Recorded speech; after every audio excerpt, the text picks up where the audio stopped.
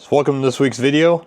Have you ever looked at some black and whites and wondered how they are such fine art, not just shades of gray? Well, in today's video, I want to go through some of my editing techniques and how I create my fine art images. If you're new to the channel, my name is Randy Bott. I'm a fine art, landscape, and nature photographer, and I specialize in black and whites, color as well, but I'm leaning really more into black and whites because I just enjoy the process and I enjoy everything about it. When you're working with black and white, you got to think about, what is the subject of your photo? Because with color photography, your color can be the subject. It can be the clouds that are just on fire from the sunrise or the sunset. It can be the reflection in the lake of the sunrise or sunset or whatever. Black and white, you need to find the focus. Figure out, because you don't have the colors, you don't have any of that stuff. It's all monochrome. You have to change your editing technique to bring out the subject and enhance the image. So I'd like to go through an image that I took of the Chicago cloud gate, or the bean as a lot of people call it. Get you on my computer and I'll go through what process I go through to get my fine art black and white images that are not just shades of gray, that look completely different from everybody else's photos, really. Let's go ahead and jump into my computer. And this is the image fresh out of Adobe Camera Raw. So I brighten the highlight or shadows a little bit, decrease the highlights because these lights here were pretty bright. And this is, so I use my 24mm tilt shift lens. That's how I was able to keep the verticals straight up and down. So if you ever go and shoot cityscapes, especially like in Chicago, rent a tilt shift, or if you have a tilt shift, use it. I have the 24mm Canon. If I ever go back to Chicago, then I will rent a 17mm because there's some shots I want to get that I need that 17mm tilt shift. Let's go through my process. So if I go over into the channels tab, you can see, so I made a mask of just the sky. So when you first make your mask, you can see how sharp the edges are. That does not make a good photo. You have to feather the edges as well. And then if you take your sky and you just inverse it, then now you have your ground. Right? So there's really just kind of two main components to an image. It's your figure and your ground. And really, the figure in this image is the bean, right? That's the main focus. So really, this plus this would actually be the ground. That's everything that is not the subject of the image. So with your hard masks, what you want to do is you want to feather the edges, and then I usually shift the edge as well. And easiest way to do that is if I click on the ground here and I copy it with this little circle, go back to my main layers, and if I hit curves, then it's on the mask. And if I go up here to the square with the little circle, you see select and mask. If you click on that, then you'll see this feather and then the shift edge. And I usually feather it by 1 pixel, and then I'll shift the edge, and you can see if I shift it to the right, how it shifts it up, and if I shift it to the left, it brings it into the buildings. And so that's something you have to play around with. Usually don't go past 40 on either side. Usually between 20 and 40 is usually good. And whichever way you do your sky, do your ground the exact opposite. So if your sky is shifted, negative 40, then you want to shift your sky or your ground basically positive 40, and that'll give you a pretty clean edge around your buildings or whatever it is, and that'll prevent you from having to fix a lot of halos and all that. But let's go ahead and get rid of that layer. So you can see both of these I've feathered and I've shifted the edge, and then I've did the bean, made a mask of that, same thing, optimized it, which anytime you see on my stuff the that's optimized. Basically the edge was feathered And then depending on what it is, like the bean, I didn't shift the edge. I just feathered it by 1 pixel. And then I created basically the ground without the bean. I did the stairs. You can see that. I did the little pillars. I did the railing behind the bean. And then I did the build. I kind of combined all that stuff and got it out of the buildings. That's why this one's called Buildings and Sidewalks. So there's no stairs, no beam, no pillar, no skies. And then after I got all those, then I just have my luminosity masks. This is, I use the Artisan Pro, and you can see the luminosity mask, darks, mids, lights, half darks, half lights, and quarter lights and mids and darks. So I just use that. And then I was, you know, darks 2, darks 3, darks 4. Yeah, you find the one that's going to work the best for the part of the image you're working on. So if I want to focus on just the really dark areas, this darks 4 is what I'd want to use. And then I'd use that, whether I'd lighten it or darken it, you know, whichever way I'm shifting on that part of the image. Now that I have just my plain image, unedited, well, I say edited through Camera Raw, just decrease the highlights, brighten up the shadows, and all that. Then under this Artisan Pro panel, you can see conversions, and I hit just neutral. I always just start with the neutral tab. It makes it easy, and then I can create the contrast that I'm looking for. So this is just straight neutral, black and white, and I always make a copy of it just in case I screw up as I'm building my layers. And then I can, you know, delete, and then I'll still have my absolute neutral layer. I can make another copy and go from there. So the image started out like this, and by the time I was done, it looks like this. It looks so much better than the average black and white photo I see of the bean. Unfortunately, it was a cloudless day, so I'd really like to have some clouds, do a long exposure to have this cloud streaking over the sky. Yes, I could replace the sky. I actually do have some.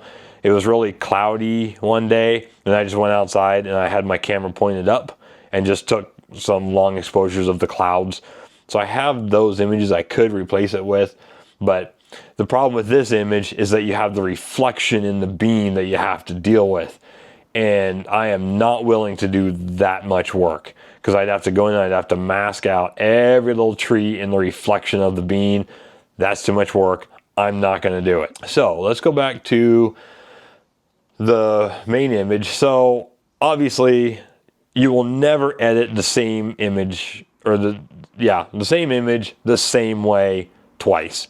So, and I don't want to go through, that's going to be a long video if I go through that. So what we want to do is, now that we have, like I said, just the sky, right? I mean, you can see how, all the little things on the building tops, the antennas, all that stuff. Yes, this takes a lot of time, but the results speak for themselves.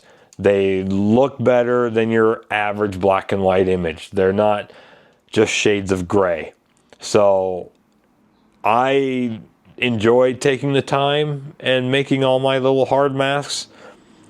I think this image, because I'd only work on it for like hour and a half a night, so it took me probably 2 weeks to build all my masks, and then the editing itself doesn't take all that long. It's just building all your masks that take a long time. So now that we have the neutral black and white, we will start. So if you go in the Artisan Pro panel, or you can come up to select load selection and then pick what you want. So I'll go sky optimized, click OK, and now it's just the sky. Then we can go in here into adjustments, go down to contrast, and actually you can see all these different adjustments. I just use global adjustments, hit low key, and then you can see down here the intensity. I bring it up to 100, makes it darker, click apply. You can see it created a new layer. So I'm going to do that one more time. Sky optimized, low key, and then intensity. And then we'll just go with that. So that's how I want my sky for now. Then we'll merge those down. so that it doesn't build too many layers. I want to do is I don't want just a black sky or a really dark sky. So what we'll do is let's go ahead and load that again. And then this panel has what's called depth. Basically, it creates gradients, and we're gonna start from bottom to top. And each one of these, you can see, so the button on your left does 1/4 of the image, the button in the middle does 50%, and the button on the right does 75% of the selection. So what we want to do is we'll go ahead and hit the 50% selection, and every time you click it, it creates a new layer. You can see it's slowly getting lighter, but it's fading up. And you don't want to just like max it all the way out to 4 because this is your intensity. You want to slowly build into it. So let's go ahead and add 75%. And then we'll do one more 1/4% or 25%, whatever. And then we'll go with that. Okay, so let's go ahead and deselect. Now let's merge all those layers down. And so from here, you can see the difference. All right, it gave us a nice gradient. We could build into it slowly with each click of a button. So let's go ahead and merge that down. So that's now our sky. So now what we want to do is let's go ahead and decide what we want. So let's actually do ground, building, sidewalk. We'll leave out all the stuff that we don't want to edit. But on top of that, we need to figure out what we want to do. We're going to lighten things, or we're going to darken things. If we're going to darken things, I always start with the darks first. So let's find the luminosity mask that will work for us. So actually the darks 2 looks pretty good. You can see there's still, a lot showing. So let's go ahead. So what we'll do is we'll create a new layer with, I'm on the Mac, so it's Command Option E.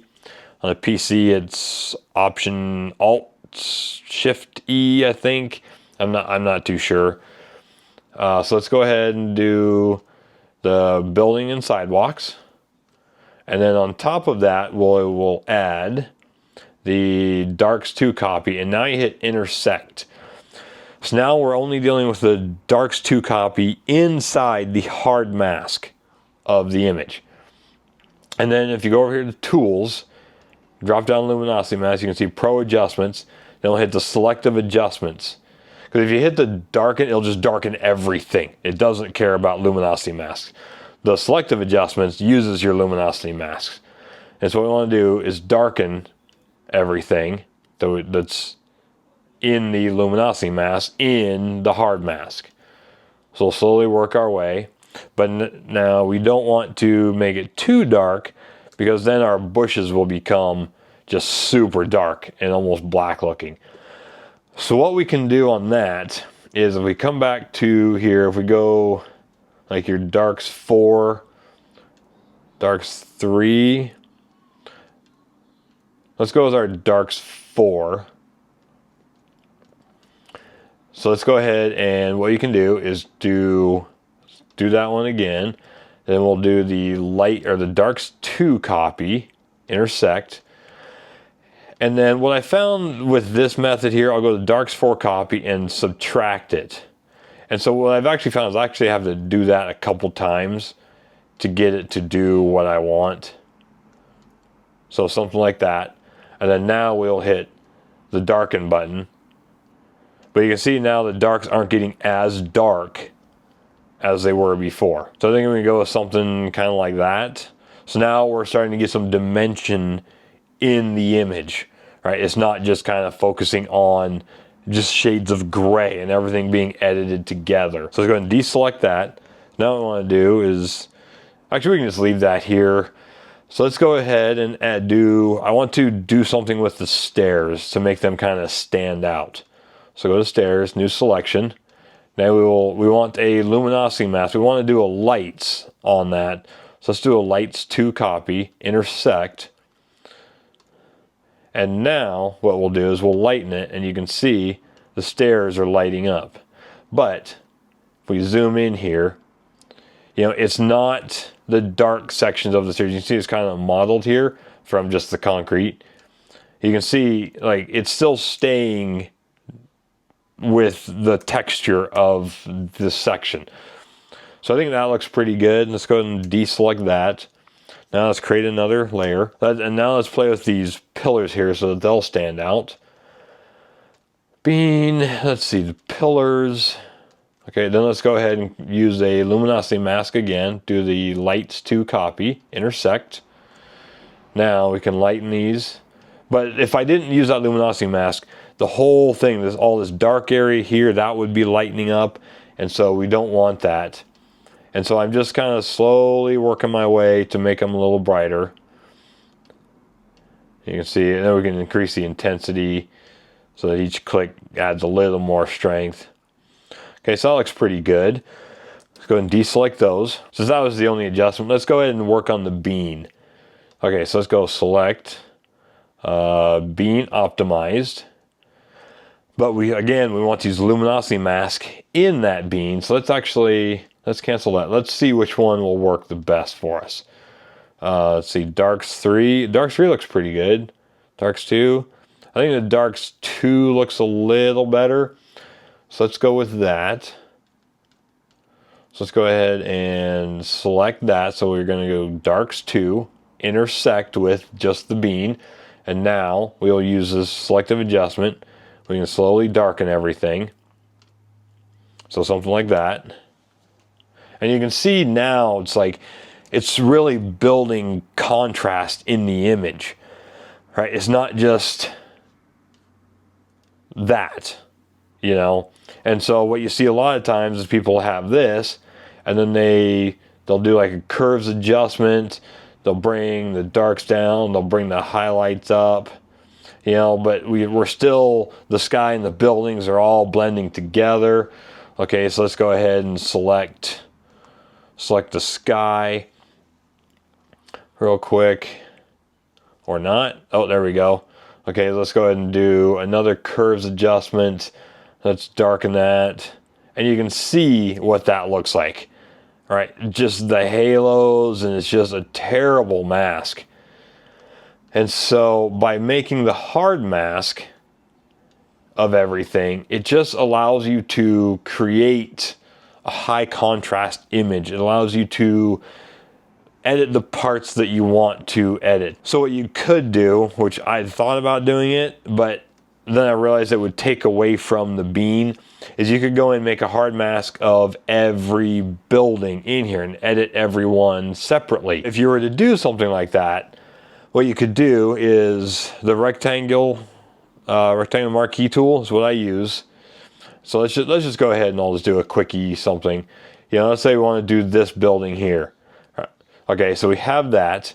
So now what we want to do is, if we go back in here, if we go select, if we go sky optimize, subtract, you can see now you have the outline of the top half of the building. You still need to go in and fix, actually we can do that too. Let's go bean optimize, subtract. And so now you have most of that building already done. You need to fix the edge in here, you need to fix the edge down on this building, but you almost have that building done. And then you just save that as a selection. And then you can do the same thing, go in and add luminosity mask to the hard mask, so you can edit just that building by itself. Go and deselect that. How did my final image end up? So something like that. See, it's a little more contrasty. The buildings are a little bit more, they have a little more contrast than this one. So, you know, like I said, you're not going to be able to edit the image exactly the same twice. So this is close enough. You have an idea of what I go through to get my black and whites black and white, not just shades of gray. Well, I think we'll leave it at that. Next time I'll do one of more of a landscape. I have one of the Oregon coast that is a really nice black and white, and I'll show you how I kind of went about editing that one as well. So if you have any questions, please leave them in the comments. I'll answer them as best I can. Don't forget to like and subscribe. Check out my website at randybottphotography.com, and you'll see a lot more of my black and white images. And yeah, I've got the Oregon Coast workshop set up for this October. I've got an infrared editing tutorial on there as well. So feel free to send me any questions or comments or anything about the video, and I'll see you in the next video.